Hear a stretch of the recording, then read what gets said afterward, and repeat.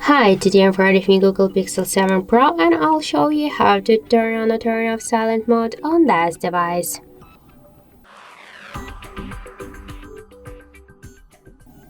So just to do that, we should press the volume up or volume down button on the right side of our phone.